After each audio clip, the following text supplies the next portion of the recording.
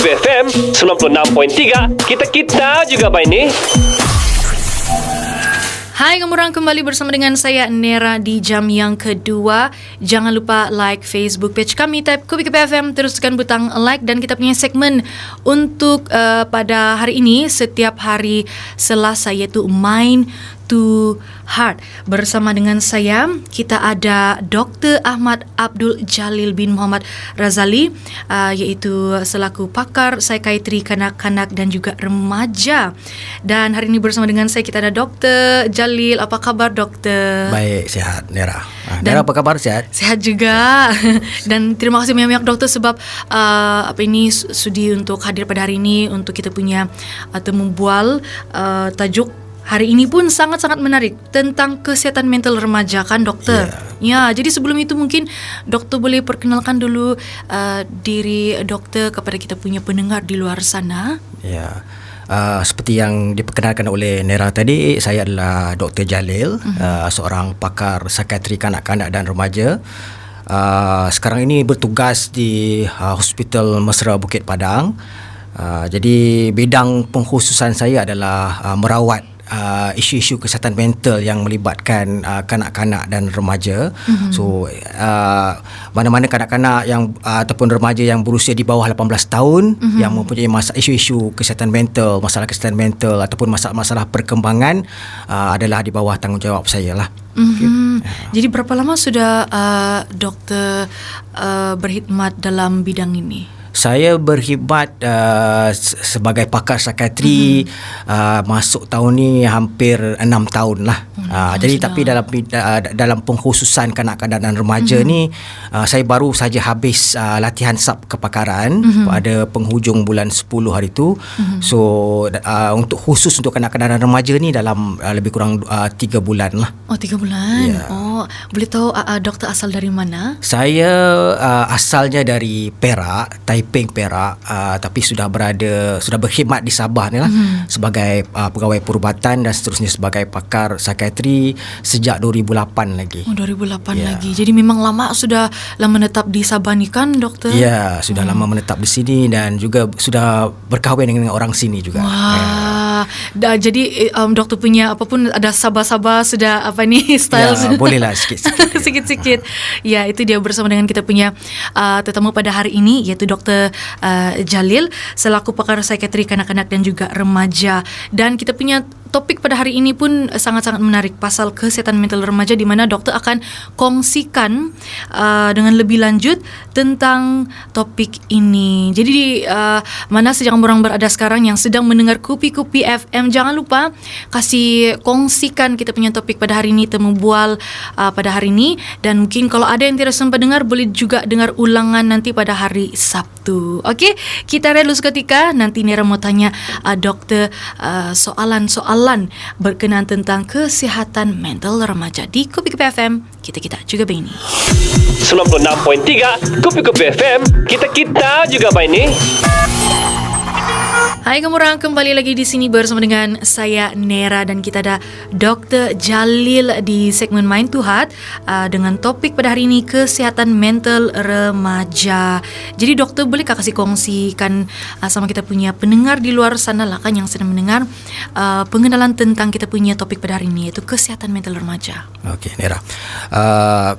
Pada hari ini kita akan membicarakan tentang kesihatan mental remaja lah. Okey, bila kita membincangkan atau memperkatakan tentang usia remaja lah, ia adalah satu fasa usia yang sangat mencabar, di mana kalau kita lihat, kan, kalau kita telusuri balik sejarah hidup kita ketika zaman kita remaja dengan kita bandingkan macam mana remaja sekarang dari segi personality mereka, dari segi cara mereka berhadapan dengan masalah, sememangnya banyak perbezaan lah. Okey.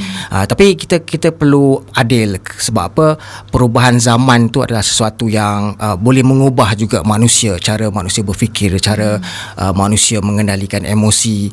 Jadi memang remaja pada ketika ini adalah satu fasa yang sangat mencabar. Jadi peralihan daripada usia kanak-kanak melalui cabaran menuju alam dewasa bukan sesuatu yang mudah. Pertembungan nilai dengan golongan dewasa, terutamanya ibu bapa, masalah interpersonal dan rakan-rakan sebaya, dan tekanan memenuhi ekspektasi terutamanya dalam pencapaian pembelajaran, dan banyak lagi faktor-faktor lain yang menjadi sebab kenapa kesihatan mental remaja berpotensi untuk terjejas. Dan cabaran mengendalikan kesihatan mental remaja terlihat memuncak semenjak bermulanya pandemik COVID-19 beberapa tahun lepas, dan kesannya sehingga kini masih lagi berbekas. Kita nampak banyak kes-kes yang di mana pada awal pandemik dulu 2020 remaja tertekan disebabkan oleh faktor kita panggil faktor limitasi pergerakan, all this PDPR kan, tidak boleh ke sekolah. Sebenarnya itu memberi kesan pada ketika itu, dan ada setengah remaja itu kesan itu berlarutan sehingga sekarang. Ada yang datang dengan masalah kemurungan, anxiety, bipolar, dan juga masalah-masalah kesihatan mental yang lain. Kalau kita lihat kenapa remaja ini mempunyai kerentanan ataupun vulnerable kepada permasalahan kesihatan mental ni, boleh kita fahami apabila kita mendalami ataupun melihat teori perkembangan psikososial yang pernah dicadangkan oleh seorang ahli psikologi, Erik Erikson. Menurut Erik Erikson ni, perkembangan psikososial setiap individu ataupun setiap manusia ni ada 8 peringkat, dan pada peringkat yang kelima ataupun stage yang kelima ini yang merangkumi usia remaja di antara 12 hingga 18 tahun, kita panggil sebagai identity versus confusion. Okey. Dan dalam peringkat ini remaja berusaha untuk mencari identiti diri, usia 12 hingga 18 tahun itu. Okay, mereka tercari-cari identiti diri sebagai persediaan untuk menghadapi alam dewasa. Jadi kejayaan menemui identiti diri mereka sepanjang tempoh penjelajahan emosi ini akan menjadikan remaja sebagai individu yang setia, yang patuh dan bersemangat tinggi. Dan semasa tempoh perkembangan ini mereka sentiasa mempersoalkan peranan yang akan mereka mainkan apabila dewasa nanti dari segi kecenderungan seksual, perjalanan karier dan aspek-aspek sosial yang lain. Dan proses pencarian identiti ini dipengaruhi oleh perubahan fizikal ketika mereka meningkat dewasa, dan penerimaan rakan sebaya dan penerimaan masyarakat umum terhadap diri mereka. Kegagalan menemui identiti ini akan menerbitkan kecelaruan identiti, di mana remaja akan menjadi seorang yang cenderung untuk memberontak dan membentuk identiti diri negatif pada pandangan masyarakat. Seterusnya menjadi salah satu faktor pencetus kepada masalah kesihatan mental di kalangan remaja. Yang tadi doktor dah mention dari umur 12 sehingga 18, di sanalah sebenarnya mereka sedang membentuk membentuk identiti diri, membentuk jati diri. Dan di sana salah satu tanggungjawab ibu bapa adalah untuk membantu mereka. Betul. Tidak bukan tanggungjawab ibu bapa semata, masyarakat, terutama orang sekeliling, ahli keluarga yang lain, guru-guru di sekolah, so juga memainkan peranan untuk membentuk jati diri remaja ini supaya mereka ada ketahanan ataupun resilience untuk menghadapi cabaran ketika membentuk ataupun mencari identiti mereka itu.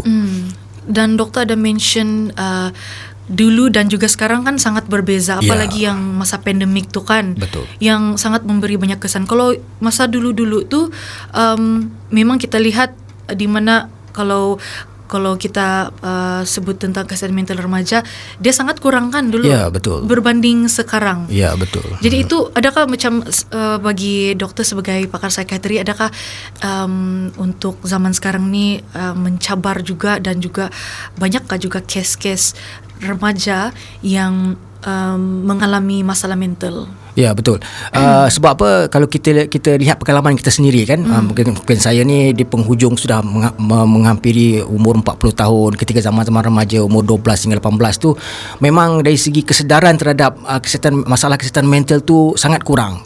In fact, kawan-kawan kita sendiri pun kita tak pernah dengar kan yang kawan ini ada depression ataupun kawan ini ada anxiety, dan even masa tu depression and anxiety pun kita tidak tahu apa dia. Betul. Kan. Tapi berbanding dengan remaja pada sekarang ini, pada ketika ini, mereka mempunyai lebih kesedaran, ada awareness tu lebih tinggi. Mungkin disebabkan oleh perkembangan teknologi, media sosial, dan kesedaran tu ada lebih tinggi. Dan bila kesedaran tu lebih tinggi, yang bagusnya adalah apabila mereka tahu mereka mempunyai masalah, mereka akan cepat-cepat untuk dapatkan bantuan. Sama ada bantuan tu mereka sendiri yang cari ataupun dirujuk melalui guru kaunseling kan, ataupun ibu bapa sendiri.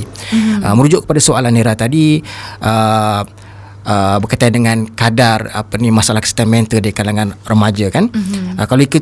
Kalau kita lihat kepada data menurut National Health dan Mobility Survey NHMS, memang berlaku peningkatan yang konsisten dari segi masalah kesihatan mental di kalangan remaja. Jika kita soroti pada tahun 1996, lebih kurang 13% golongan remaja dilaporkan menderita masalah kesihatan mental. Namun pada tahun yang 2015 terdapat peningkatan yang signifikan sehingga 34.7%, hampir peningkatan lebih 2 kali ganda ataupun 3 kali ganda peningkatan dari segi masalah kesihatan mental yang dihidapi oleh remaja. Dan pada tahun 2017 laporan National Health dan Mobility Survey yang terkini berkaitan dengan kesihatan mental dilaporkan perilaku berkaitan bunuh diri di kalangan pelajar sekolah menengah di negeri Sabah ini berada pada tahap yang membimbangkan. Kita lihat suicidal ideation ataupun pemikiran untuk membunuh diri 9.8%, perancangan untuk membunuh diri 7.3%, dan percubaan bunuh diri itu sudah ada attempts kita panggil 6.3%. Itu adalah sesuatu yang membimbangkan dan kita perlu mengambil perhatian terhadap data-data yang kita ada sekarang ini. Sebab apa? Kalau bunuh diri ni adalah kita panggil implikasi ataupun konsekuens kepada masalah kesihatan mental yang tidak dirawat. Apabila berlaku pengabaian terhadap kesihatan mental, maknanya remaja itu sendiri tidak mendapatkan bantuan yang daripada profesional secepat mungkin apabila mereka mula mengalami masalah kesihatan mental seperti kemurungan terutamanya. Jadi bila masalah itu berlarutan, emosi mereka menjadi semakin teruk, dan itulah mula timbul perilaku bunuh diri ini. Dia biasa bermula dengan idea untuk mencederakan diri, idea untuk membunuh diri, dan yang paling ultimate kita panggil outcome dia adalah percubaan lah. Dan percubaan ni kita tahu dia boleh berjaya ataupun tidak berjaya. Jadi itu yang kita cuba nak elakkan. Sebelum sampai ke tahap itu, kita mahu remaja-remaja ini mendapat bantuan. Betul. Sama ada bantuan diri sendiri yang dia tampil untuk dapatkan bantuan, ataupun dibantu oleh orang-orang yang di sekeliling dia, ahli keluarga, ibu bapa, guru-guru atau rakan-rakan. Ya, betul itu. Macam doktor ada mention juga tadi kan, bukan saja ibu bapa punya peranan, tetapi masyarakat luar, keluarga, dan sesiapa sahaja kan. Ya, betul. Dan memang saya nampak juga kes sekarang pun terutama sekali kes berkaitan bunuh diri pun memang semakin meningkatkan sekarang, dokter. Ya, betul. Dan sekejap lagi dokter akan kongsikan pula jenis masalah kesihatan mental di kalangan remaja. Okey, jangan pergi mana-mana. Kita layan terus lagu yang seterusnya di Kopi FM. Kita juga Baini. Kita juga Baini. Kopi FM 96.3. Jangan lupa like Facebook page kami, type Kopi FM, terus tekan butang like. Apa kabar kamu orang? Bersama dengan saya Nera dan juga kita ada Dr. Jalil selaku pakar psikiatri kanak-kanak dan juga remaja. Dan di segmen Mind to Heart, kita punya topik pada hari ini tentang kesihatan mental remaja, di mana biasanya untuk topik ini jarang bahkan dokter kita bicara, kita bercakap tentang ini secara apa orang bilang publik kan. Dan saya rasa ini adalah salah satu cara untuk kita war-warkan, kasih share itu awareness supaya orang-orang muda di luar sana pun dorang pun dapat dorang dapat kenali dorang punya diri sendiri dan mungkin dapat tahu yang kalau ada masalah dorang bukan keseorangan, Ya, kan? betul. Saya rasa kesedaran tu meningkatkan kesedaran awareness Betul. ataupun kita panggil literasi kesedaran itu sangat penting. Sebab Ya. apa? Kita mahu kurangkan stigma. Bila ada kefahaman, kita faham tentang satu isu tu, mana stigma ataupun sikap prejudis terhadap satu perkara yang kita tidak ketahui secara jelas tu akan berkurangan. Bila stigma berkurang, jadi bila satu individu tu ada masalah, mudah untuk dia mendapatkan rawatan sebab dia sudah tahu sedikit tentang topik yang kita bincangkan itu. Betul tu doktor. Jadi untuk kita punya talkset yang seterusnya ini kan, soalan yang seterusnya tadi doktor sudah kasih kongsikan data dari National Health and Morbidity Survey dan mungkin doktor boleh kasih kongsikan antara jenis masalah kesihatan mental di kalangan remaja ini. Okey. Masalah kesihatan mental ni secara umumnya untuk remaja kita boleh kategorikan kepada 3 bahagian. Yang pertama adalah masalah perkembangan yang bermula di usia kanak-kanak ataupun kita panggil neurodevelopmental disorder. Contoh-contohnya adalah masalah autism, masalah ADHD ataupun apa yang lebih mudah kita panggil sebagai kanak-kanak hyperaktif dan juga individu yang mempunyai masalah pembelajaran. Jadi masalah ini bermula ketika awal kanak-kanak, mungkin dikesan pada umur 3 ataupun 4 tahun ataupun di awal persekolahan 7-8 tahun, dan apabila individu ini ataupun remaja ini meningkat usia remaja lah, jadi masalah perkembangan itu akan berterusan. Jadi itu adalah salah satu kategori pertama lah, itu masalah perkembangan. Yang kedua adalah untuk kategori kedua adalah bermula di awal ataupun pertengahan remaja di antara usia 10 hingga 14 tahun. Jadi antara masalah kesihatan mental ataupun penyakit mental yang biasa timbul pada peringkat usia ini adalah masalah depression, kemurungan, anxiety, bipolar disorder, oppositional defiance disorder dan juga conduct disorder. Dan kategori yang ketiga ialah masalah yang bermula di penghujung usia remaja di antara umur 15 hingga 19 tahun. Jadi pada peringkat usia ini antara penyakit-penyakit mental yang biasa timbul ataupun bermula adalah skizofrenia ataupun kita panggil psychotic disorder, obsessive compulsive disorder lebih dikenali sebagai OCD, masalah kita panggil pemakanan, eating disorder, somatic symptom disorder dan juga substance abuse ataupun penyalahgunaan dadah lah. Okay. Jadi untuk tujuan perbincangan pada hari ini, saya hanya akan fokuskan ataupun tumpukan kepada masalah kesihatan mental yang paling biasa ataupun yang paling common kita temui ataupun kita rawat pada peringkat usia remaja, iaitu masalah anxiety, depression, bipolar, psychotic disorder ataupun atau lebih dikenali sebagai skizofrenia, OCD dan juga sedikit saya akan sentuh tentang masalah perkembangan yang bermula di usia kanak-kanak.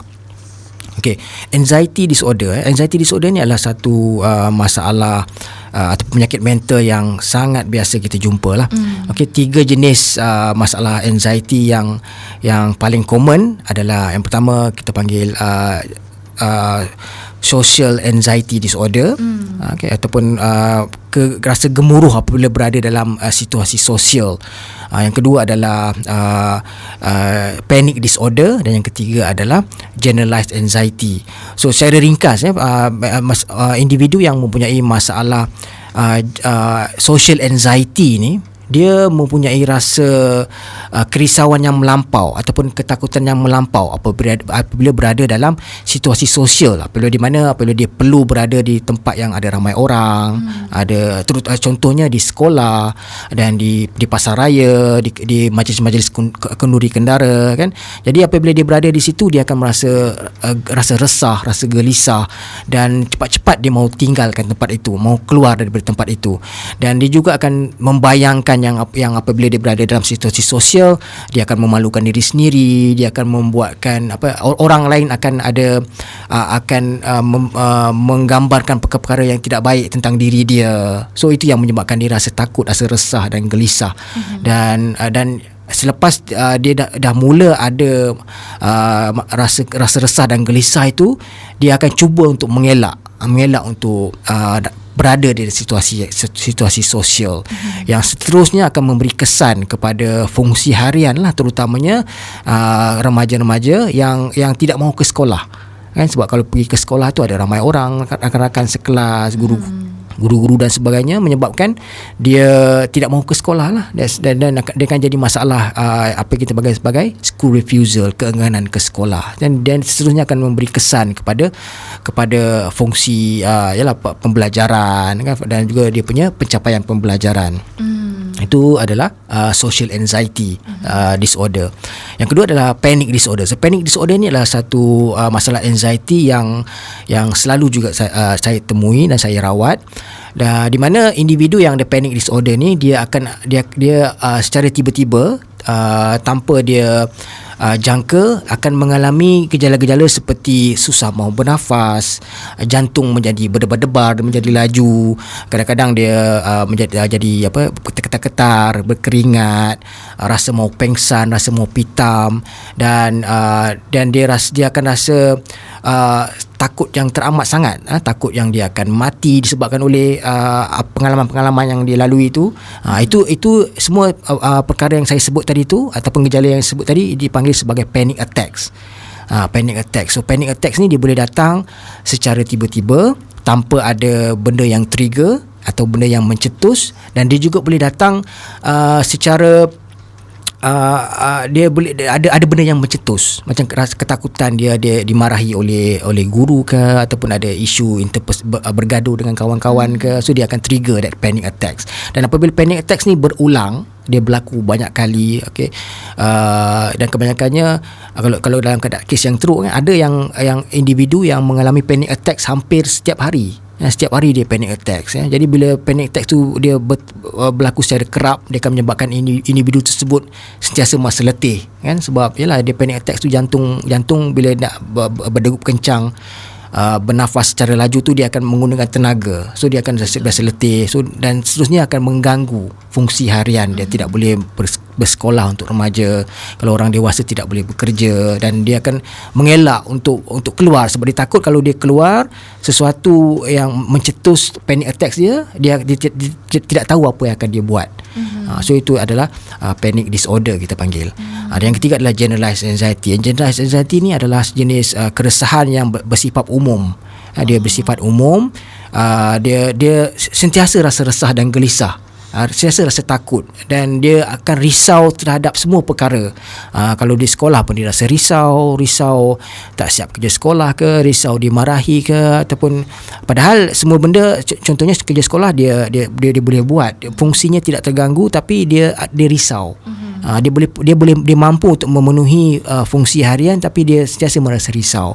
Di rumah pun dia rasa risau, dan tahap kerisauan tu menyebabkan dia sentiasa rasa letih, rasa gelisah, rasa cepat nak marah.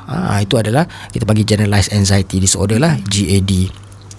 Itu anxiety, 3 anxiety yang common. Sebenarnya anxiety ni dia ada beberapa kategori yang lain lah, tapi yang 3 yang paling common itu adalah social anxiety, panic disorder, dan juga generalized anxiety. Okay, yang kedua ada masalah yang biasa juga, yang memang kita rawat secara kerap, itu masalah kita panggil major depressive disorder lah, ataupun itu kemurungan yang teruk, depression. Bila kita sebut tentang kemurungan ni, memang daripada dulu lagi kemurungan di kalangan remaja ni boleh dianggap sesuatu yang common dan boleh memberikan kesan langsung kepada fungsi harian. Bila depressed tak boleh nak ke sekolah, bila depressed dia tidak boleh menjalankan fungsi harian. Tapi yang kita risaukan tentang kemurungan ni adalah dia punya faktor risiko. Kebanyakan remaja yang sudah mula mengalami tahap kemurungan yang teruk ni, dia akan mula timbul rasa ingin mencederakan diri. Yang paling common ataupun yang biasa kita jumpa sekarang di kalangan remaja, ataupun trend sekarang di kalangan remaja adalah mengelak, pergelangan tangan lah, menggunakan peralatan yang tajam, dan juga apabila dia makin teruk, tidak dirawat kan, dan tekanan daripada luar tu, daripada tekanan untuk memenuhi expectation dari segi pembelajaran, masalah interpersonal yang berterusan, isu dengan kawan-kawan, isu dibuli lah, isu ataupun isu dengan keluarga ibu bapa, rumah tangga ibu bapa yang tidak harmoni, pergaduhan ataupun penderaan dan sebagainya, itu akan menerukkan lagi keadaan kemurungan tersebut, dan dia akan menyebabkan timbul rasa yang diri individu ini, remaja ini, menyusahkan orang sekeliling dia, dan dia akan mula memikirkan jalan keluar, kan? Dan jalan keluar yang terbaik yang dinampak adalah mengakhirkan kehidupan, kan? So maknanya bila dia mati, semua masalah tu tidak perlu difikirkan. Itu yang selalunya difikirkan oleh remaja. Jadi apabila timbul rasa begitu, akan mulalah datang kita panggil suicidal ideation, cari cara untuk nak mengakhirkan kehidupan, dan yang cuba yang kita nak elakkan adalah percubaan lah. Bila ada percubaan tu, risiko untuk percubaan tu berjaya adalah tinggi. Itu pentingnya untuk masalah kemurungan ini, untuk kita rawat secepat mungkin, seawal mungkin. Apabila dikesan awal, kita rawat awal, kita nak mengelakkan risiko itu. So antara gejala-gejala yang boleh kita kenal pasti untuk remaja ataupun individu ada kebarangkalan untuk mempunyai masalah kemurungan adalah rasa sedih yang melampau, dan berpanjangan. Sekurang-kurangnya dalam masa 2 minggu. Dalam masa 2 minggu dia rasa sedih, dia rasa macam hidup dia tidak berguna, dan dia rasa tiada motivasi untuk menjalankan fungsi kehidupan harian. Dia akan rasa yang dia banyak buat salah pada orang lain, dia rasa berdosa, kan? Dan juga dia akan juga memberi kesan kepada dia punya selera makan akan berkurangan, tidur pun akan terganggu, kan? Kadang-kadang bila tidur terjaga tengah-tengah malam, dan itulah yang paling teruk bila sudah timbul rasa hidup tak berguna, sudah timbul rasa untuk mencederakan diri, dan juga rasa untuk matilah ataupun rasa untuk membunuh diri. Itu dia ada ultimatum lah kita panggil untuk kemurungan ini. Okey, seterusnya kita pergi kepada bipolar disorder. So bipolar disorder ni dia adalah salah satu penyakit kita panggil mood disorder. Tadi saya cerita pasal kemurungan, depression. So bipolar dia ada fasa depression dia, dan dia ada satu lagi fasa kita panggil fasa mania. So fasa mania ni adalah berlawanan dengan depression. Depression adalah the extreme of kesedihan yang teruk. Jadi tapi mania ni adalah kita panggil fasa ataupun pola yang berlawanan, iaitu rasa kegembiraan yang melampau. Dia happy. Ya, dia rasa happy yang melampau, dan dia banyak idea, dia idea nak buat itu, nak buat ini, nak buat bisnes lah, nak buat itulah, dan idea tu akan sentiasa datang. Tapi masalahnya bila kebanyakan orang bipolar ni, dia banyak idea tapi dia tak boleh nak penuhi apa yang dia buat, sebab dia idea tu bertindih-tindih, kan? So dia tak dapat nak memenuhi apa yang cuba dia nak buat tu lah. Dan dia akan jadi banyak bercakap, kan? Mungkin sebelum itu dia adalah seorang yang pendiam, tidak banyak bercakap, tapi tiba-tiba bila dalam episod bipolar mania tu, dia akan bercakap secara tak berhenti, cakap kadang-kadang perkara-perkara yang tidak penting, perkara yang tidak pernah dia perkatakan sebelum itu, dan tidur jadi berkurangan. Tidak dalam 2 jam 3 jam tidur pun sudah cukup untuk dia, untuk orang yang dalam fasa mania ni lah. Dan juga dan orang yang ada bipolar ni ada kebarangkalan untuk dia menjadi agresif lah. Dia jadi kebarangkalan jadi agresif sebab apa? Dia tak boleh nak kontrol emosi dia, terutamanya pada fasa mania.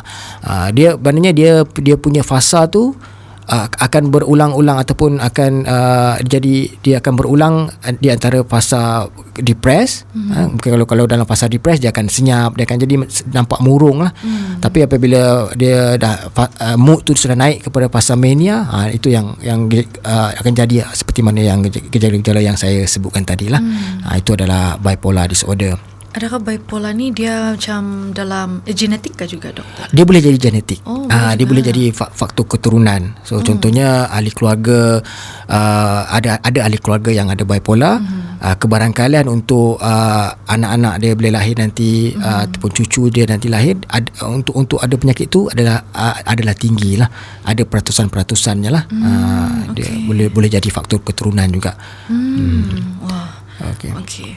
Dan ada lagi sebenarnya kan skizofrenia, OCD dan neurodevelopmental disorder. Jadi kepada kamu orang di luar sana, ada lagi 3 masalah kesihatan yang akan doktor kongsikan kepada kita sekejap lagi. So kita berehat dulu, jangan pergi mana-mana. Kupi FM. Dengarkan kami di mana-mana. Download aplikasi Kupi TV atau stream kami di Audio Plus secara percuma.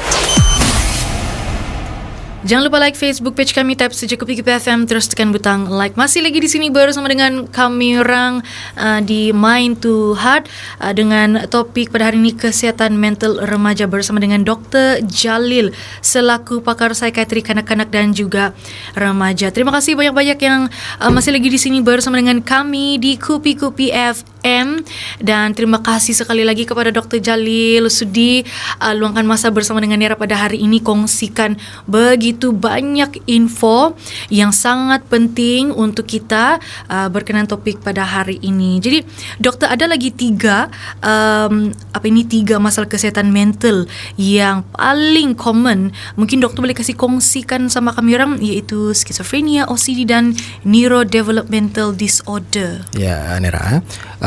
So 3 lagi penyakit mental ataupun masalah kesihatan mental yang biasa kita jumpa di kalangan remaja.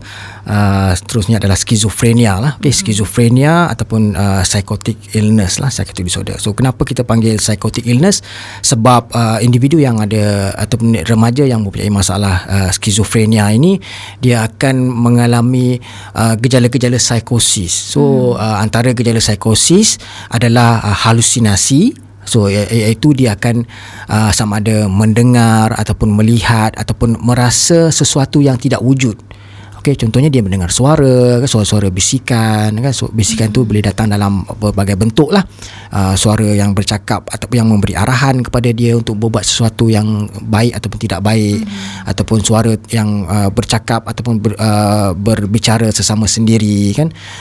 Yang mungkin perbincangan suara-suara gaib tu bercerita perkara buruk tentang pesakit. Kita panggil third person hallucinations, auditory hallucination. Dan satu lagi selain daripada halusinasi adalah delusi lah. Delusion kita panggil. Delusion adalah satu kepercayaan yang tidak betul. Dan kebanyakan masanya kepercayaan itu individu yang ada skizofrenia ni akan pegang secara tetap, secara kuat ataupun secara fix delusion. Dia akan pegang kepercayaan itu walaupun kita telah terangkan yang kepercayaan tidak betul. Contohnya dia mungkin merasakan yang ada individu ingin membuat perkara tidak baik kepada dia, ataupun contoh yang paling mudah adalah dia rasa ada orang mau membunuh dia, ataupun ada orang sedang mengintip dia. Padahal bila kita bagikan bukti-bukti yang jelas yang memang tidak ada orang ada yang berniat jahat, tiada orang yang mengintip, dia tak boleh terima. Sebab kepercayaan itu ataupun the belief itu sangat kuat. Jadi itu, pada tahap itu kita panggil delusions lah. Itu adalah antara dua gejala utama dalam skizofrenia, itu halusinasi dan juga delusions ataupun delusi. Dan untuk remaja, untuk masalah skizofrenia ni kan, dia bukanlah sesuatu yang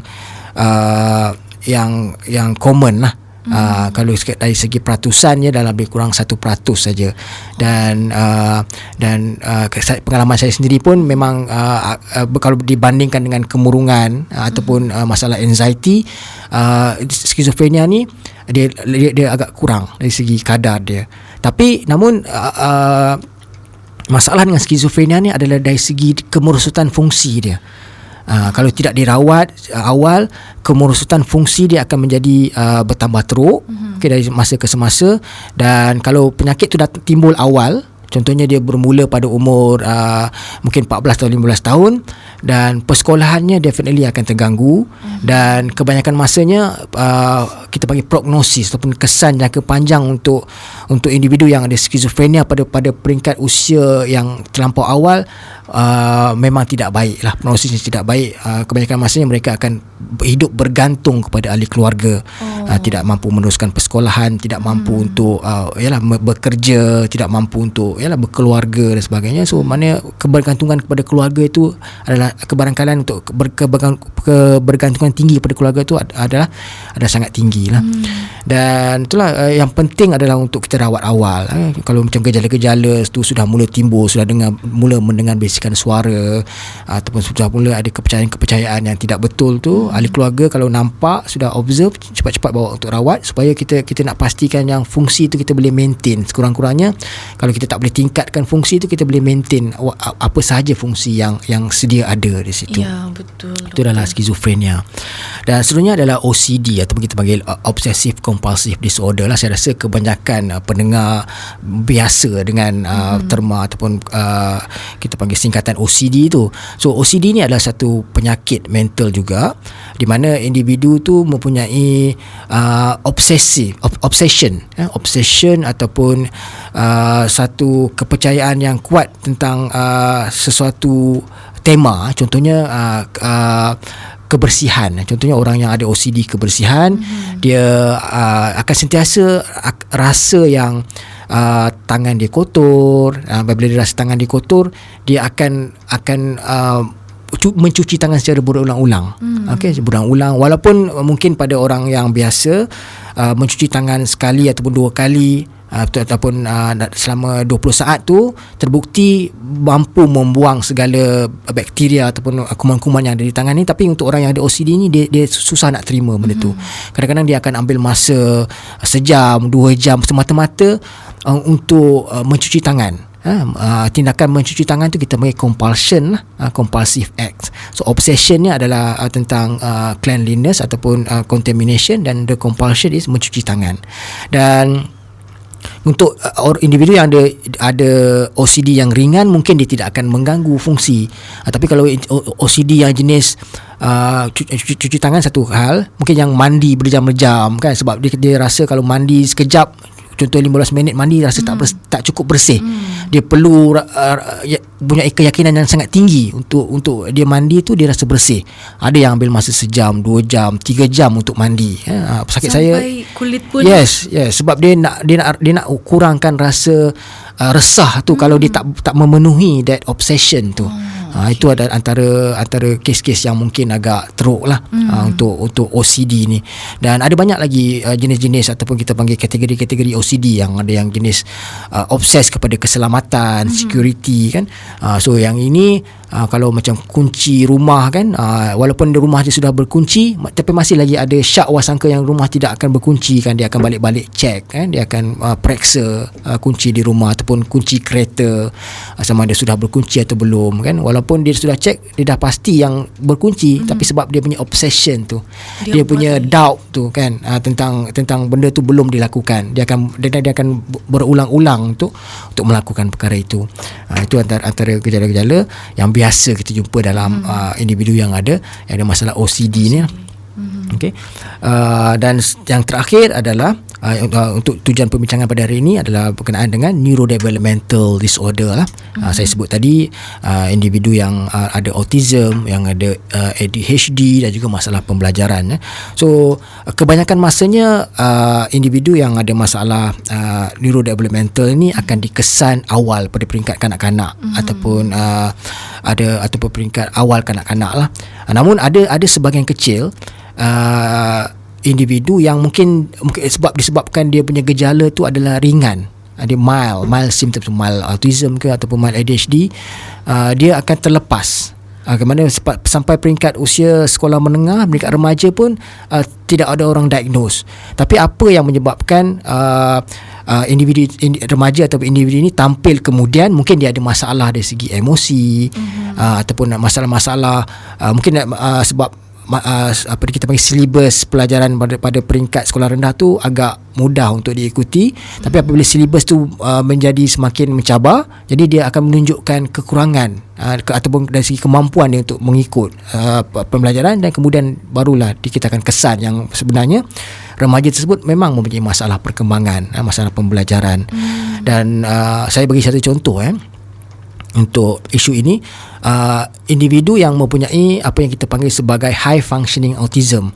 So high functioning autism ni adalah individu yang dia ada ciri-ciri autism, mana dia dari segi pemikiran yang rigid, dari segi dia punya perlakuan-perlakuan yang berulang-ulang, kita panggil stereotype behavior. Tapi mungkin dari segi inteleknya adalah bagus, adalah baik, dia punya intelek yang tinggi, so dia belajar tiada masalah. Pergi sekolah rendah apa semua dia boleh belajar. In fact dia punya kita panggil performance pembelajaran tu mungkin lebih baik daripada rakan-rakan sekelas yang lain.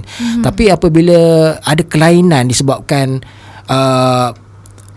masalah autism itu ataupun gejala autism itu, menyebabkan rakan-rakan sekeliling tu mungkin membuli dia ataupun meminggirkan dia, kan. Sebab orang ada autism ni dia memang ada kesukaran untuk nak berinteraksi secara sosial ataupun nak bergaul dengan orang di sekeliling dia. So itulah isu-isu ini yang akan menyebabkan di kemudian hari akan ada masalah anxiety, masalah depression, sebab kes-kes buli, dipinggirkan, dikutuk, diejek dan sebagainya. So kita akan ada juga beberapa kes yang saya dapat sebegini, dan kita terpaksa rawat.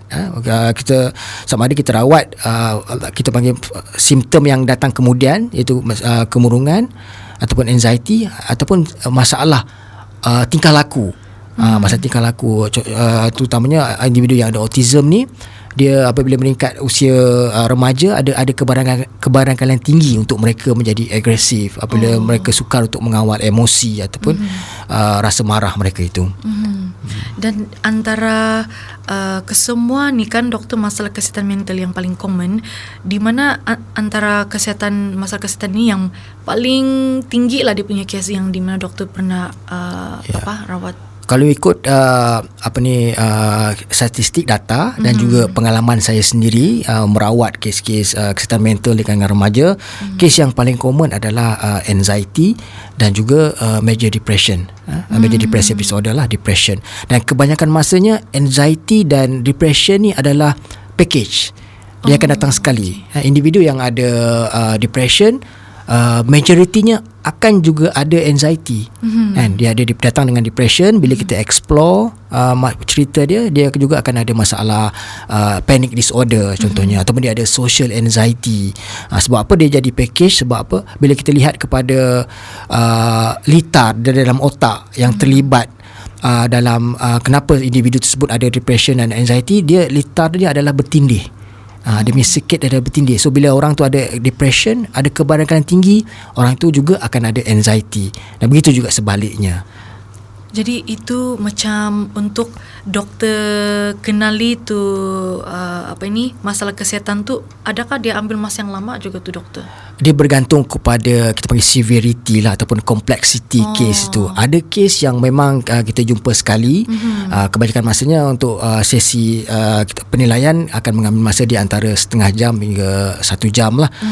Mungkin satu sesi tu kita boleh dapat kenal pasti masalah. Itu cuma untuk kenal pasti, belum lagi masuk untuk rawatan, terapi dan sebagainya. Dan ada juga kes yang kadang-kadang dia memerlukan beberapa sesi untuk kita kenal pasti apakah masalah ataupun punca utama yang menyebabkan individu ataupun remaja tersebut menderita dari segi emosinya. Tapi secara average-nya kebanyakan masanya satu sesi tu sudah cukup untuk kita diagnose, kita come with diagnosis lah. Lepas tu akan ada dia punya sesi terapi. Kita akan kenal pasti masalah utama dan kita akan plankan apakah rawatan terbaik untuk individu tersebut. Okey. Jadi itu dia perkongsian berkenaan tentang masalah kesihatan mental yang paling common. Dan sekejap lagi doktor akan kongsikan cara untuk mencegah masalah kesihatan mental pula. Jangan pergi mana-mana, terus setia di sini bersama dengan kami di segmen Mind to Heart di Kupi-Kupi FM. Pa, jangan lupa follow kami di sosial media Kupi-Kupi FM, di Facebook, Instagram, YouTube dan TikTok. Terima kasih kamu orang yang masih lagi di sini bersama dengan saya Nera di jam yang ketiga sudah segmen Mind to Heart bersama dengan Dr. Jalil selaku pakar psikiatri kanak-kanak dan juga remaja. Dan topik pada hari ini itu kesihatan mental remaja. Jadi kepada kamu orang yang sudah mendengar, mungkin ada yang tidak sempat dengar dari awal-awal tadi tu, jangan risau, boleh dengar siaran ulangan pada hari Sabtu nanti pada masa yang sama. Dan soalan yang seterusnya ingin saya tanya kepada Dr. Jalil, macam mana untuk anak-anak muda sekarang ni ataupun kepada siapa saja mendapatkan bantuan, doktor? Okey. So bantuan awal seperti yang saya berulang kali sebut tadi, ada satu yang sangat penting. Sebab apa kita nak mengelakkan remaja ini sampai ke tahap yang berisiko tinggi kan. Jadi tapi sebelum kita pergi kepada mendapatkan bantuan khusus, langkah yang terbaik adalah untuk mencegah sebelum masalah kesihatan mental ataupun gejala-gejala yang berkaitan dengan masalah kesihatan mental itu timbul. So langkah yang terawal adalah mungkin meningkatkan tahap resilience ataupun ketahanan berdasarkan 4 teras utama, iaitu membina hubungan, memupuk kesejahteraan, mengamalkan pemikiran yang positif dan menetapkan tujuan hidup supaya kita apa saja masalah yang timbul, apa saja tekanan, apa saja cabaran yang kita hadapi, kita boleh untuk menghadapinya dengan cara yang terbaik supaya tidak memberi kesan langsung kepada emosi ataupun mengganggu emosi seseorang individu tersebut. Namun ada juga walaupun apa cara yang kita lakukan untuk mencegah kan, ada juga sebahagian kecil remaja ataupun individu ni yang akan ada gejala-gejala masalah kesihatan mental ini, mungkin disebabkan faktor keturunan atau faktor genetik ataupun tekanan yang berterusan kan daripada persekitaran dia. Jadi remaja yang sudah pun mengalami ataupun sudah ada gejala-gejala awal masalah kesihatan mental ini, ingin saya ingatkan bahawa rawatan awal sangat penting dan ia adalah perlu diberi awal untuk mengelakkan gangguan atau memberi kesan kepada kefungsian harian, terutamanya yang berkaitan dengan pembelajaran ataupun persekolahan. Remaja yang sudah merasakan mereka mempunyai gejala boleh mendapatkan bantuan. Yang pertama, dengan berjumpa dengan guru bimbingan dan kaunseling di sekolah, menceritakan masalah yang mereka alami, gejala-gejala yang mereka alami dan mendapatkan nasihat khusus daripada guru bimbingan dan kaunseling. Dan mungkin kalau ada keperluan, guru bimbingan dan kaunseling akan merujuk remaja tersebut kepada profesional kesihatan mental lah. Tak kisahlah kepada di klinik kesihatan untuk dijumpa oleh kaunselor ataupun pakar kesihatan kesihatan keluarga. Dan kalau untuk kes-kes yang berisiko tinggi, mungkin guru bimbingan dan kaunseling itu akan merujuk kepada pakar psikiatri lah di hospital-hospital yang ada perkhidmatan psikiatri. Dan untuk individu mungkin remaja yang dia rasa susah untuk berjumpa ataupun dia malu untuk berjumpa ataupun menceritakan masalah dia dengan guru bimbingan dan kaunseling, boleh maklumkan kepada ibu bapa, dan ibu bapa boleh membawa anak-anak remaja ini ke mana-mana fasiliti kesihatan ataupun klinik-klinik kesihatan untuk melakukan ujian saringan sebagai contoh. Kita panggil ujian saringan kesihatan mental untuk melihat tahap keterukan masalah kesihatan mental yang dialami, dan daripada situ doktor-doktor ataupun pegawai perubatan di klinik kesihatan tadi boleh membantu sama ada dia sendiri akan memulakan rawatan awal ataupun kalau dia rasa risiko remaja tersebut tinggi, dia akan rujuk mereka kepada hospital-hospital yang ada jabatan psikiatri lah, ataupun untuk berjumpa dengan pakar-pakar psikiatri. Dan untuk yang rasa kalau nak pergi klinik kesihatan ataupun fasiliti kesihatan awam ni terpaksa tunggu lama kan, ataupun yang ada yang mampu kan, boleh pergi kepada fasiliti kesihatan swasta. Kita panggil klinik-klinik swasta ataupun hospital swasta yang ada perkhidmatan psikiatri. Dan dari situ pun boleh kita terima rujukan daripada fasiliti kesihatan swasta. Dan khusus untuk beberapa lokasi yang ada apa yang kita panggil sebagai pusat kesihatan mental masyarakat Mentari, terutamanya di Kota Kinabalu, di Tawau dan juga di Sandakan.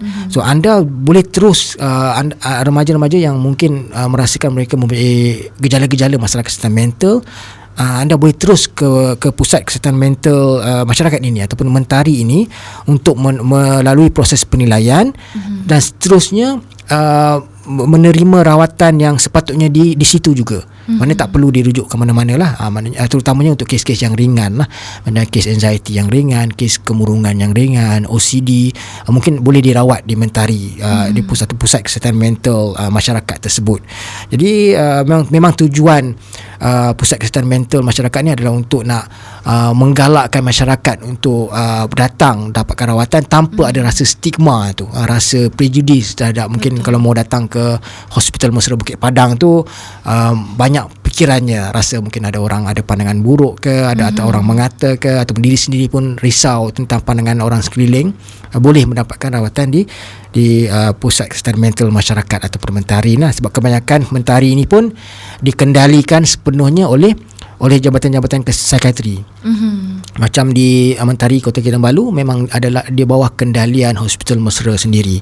Dan sama juga di Sandakan dan di Tawau, Mentari itu adalah dikendalikan sendiri oleh jabatan psikiatri di sana lah. Okey. Dan tadi kita yang off record tu kita ada bercerita tentang self test kan doktor. Ada yang individu juga yang buat self test secara online. Jadi itu adakah macam boleh ke doktor kasih kongsikan itu macam dia accurate ke tu, ataupun apa yang perlu diorang lakukan selepas sudah buat self test di website ataupun online tu. Okey, itu kita bincang tadi pasal saringan kesihatan mental kan, ataupun lebih tepat lagi DAS lah, Depression, Anxiety and Stress Scale. So ini adalah satu tools ataupun alat saringan yang boleh kita panggil sangat sensitif untuk mengesan masalah-masalah yang berkaitan dengan kesihatan mental. Tapi dari segi sensitivitinya dia adalah rendah sebab persoalan-persoalan yang ditanyakan tu adalah agak umum lah, Tapi kalau individu yang sudah pun melakukan ujian saringan, mungkin dia melakukan ujian saringan tersebut secara online, sebab ujian ni memang mudah untuk didapati di atas talian saja, dan mungkin mereka merasakan yang ataupun scoring yang didapat tu tinggi. Tinggi ataupun dalam pada tahap yang membahaya. Saya sarankan anda membawa keputusan ujian tersebut ke mana-mana klinik kesihatan kerajaan ataupun swasta pun boleh, ataupun di Mentari pun boleh, untuk mendapatkan verifikasi. Nak verify sama ada scoring yang anda dapat, scoring yang tinggi yang anda dapat tu adalah menandakan yang anda mempunyai masalah kesihatan mental, sama ada teruk ataupun tidak lah. Okey, dan mungkin anda akan di soal dengan lebih mendalam ataupun lebih spesifik berkenaan dengan kebarangkalian penyakit-penyakit yang anda ada itu. Dan kalau betul lah anda mempunyai masalah kesihatan mental, kalau keadaan itu teruk, anda berisiko mungkin anda akan dirujuk kepada hospital yang ada pakar psikiatri. Kalau mungkin masalah itu ringan, mungkin pegawai perubatan di klinik kesihatan tersebut boleh menyediakan atau menawarkan rawatan yang sepatutnya. Okey, dan memang di internet kan, kalau anda Google mental health screening, kita ada banyak tools lah. Untuk depression, anxiety, kita ada DAS, itu yang paling biasa kita pakai. In fact, kalau di klinik-klinik kesihatan pun itulah tools yang kita akan pakai. Dan untuk masalah OCD pun kita ada tools kan, untuk masalah perkembangan autism ataupun ADHD pun memang ada tools online yang ada online. Kita boleh buat self test tu, dan kita boleh kenal pasti kebarangkalian ada. Tapi apa saja keputusan yang kita dapat melalui ujian saringan tersebut perlu di verifykan balik lah. Perlu disahkan bahawa sama ada atau tidak. So cuba untuk anda tidak buat apa yang kita panggil sebagai self diagnose lah. So perlu ada pandangan daripada orang yang pakar lah. Ya, takut nanti salah diagnose, Yes, lepas tu betul. akan mengakibatkan stres juga tu kan, Ya, doktor. dan kalau salah diagnose, dan kalau mungkin masalah itu adalah masalah yang serius dan anda tidak dapat rawatan, dan dia akan jadi akan menjadi satu masalah yang besar lah. Betul tu. So itu perkongsian daripada Dr. Jalil, okey, untuk kita punya topik hari ini, kesihatan mental remaja. Jadi untuk soalannya terakhir ini, doktor, apa harapan Dr. Jalil lah untuk kita punya kesihatan mental, terutama sekali untuk anak-anak muda sekarang ini? Itulah saya mengharapkan yang kita dapat mungkin dalam masa yang beberapa tahun atau dalam masa yang singkat lah, kita dapat satu, mengurangkan stigma terhadap kesihatan mental ni, ataupun stigma terhadap topik yang berkaitan dengan isu kesihatan mental. Supaya bila stigma tu dapat dikurangkan dengan cara program-program seperti inilah, kita meningkatkan awareness, kita meningkatkan kefahaman. So bila orang faham dan stigma tu dapat diturunkan, jadi bila ada ahli keluarga atau diri sendiri tu mengalami gejala-gejala seperti apa yang kita bincangkan, rasa untuk dapatkan bantuan ataupun kecenderungan untuk dapatkan bantuan tu adalah lebih tinggi, tanpa ada rasa ragu, tanpa ada rasa prejudis, tanpa ada rasa prasangka untuk dapatkan bantuan tu ataupun untuk menceritakan masalah-masalah yang berkaitan dengan isu kesihatan mental ni. Sebab apa, bila kita cakap tentang masalah kesihatan mental ni, banyak perkara-perkara yang sensitif yang kita terpaksa ceritakan kan kepada orang yang mungkin kita tidak kenal. Tapi bila kita kurangkan rasa stigma itu, jadi kita akan lebih terbuka untuk menceritakan, untuk meluahkan dan menerima pandangan daripada profesional yang telah dilatih, supaya penyakit itu tidak berlarutan dan gejala dapat dikawal awal, dan remaja ataupun masyarakat secara umumnya dapat kembali kepada fungsi harian.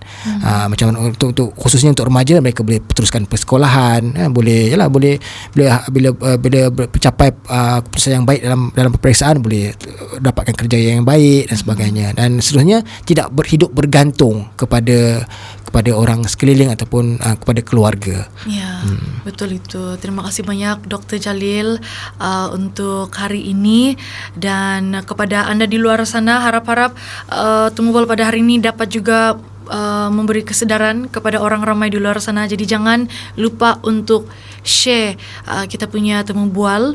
Kamu boleh dengar secara pada hari Sabtu nanti siaran ulangan, dan akan ada rakaman juga video yang kamu boleh tengok di Facebook Kupi-Kupi FM ataupun YouTube kami orang. Okey.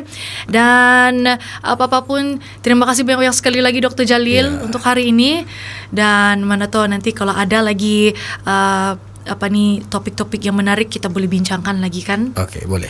Ya, dan kepada kamu orang di luar sana, kita rehat seketika, jangan pergi mana-mana. Kupi-Kupi FM, kita juga Baini. Kupi-Kupi FM 96.3, kita juga Baini.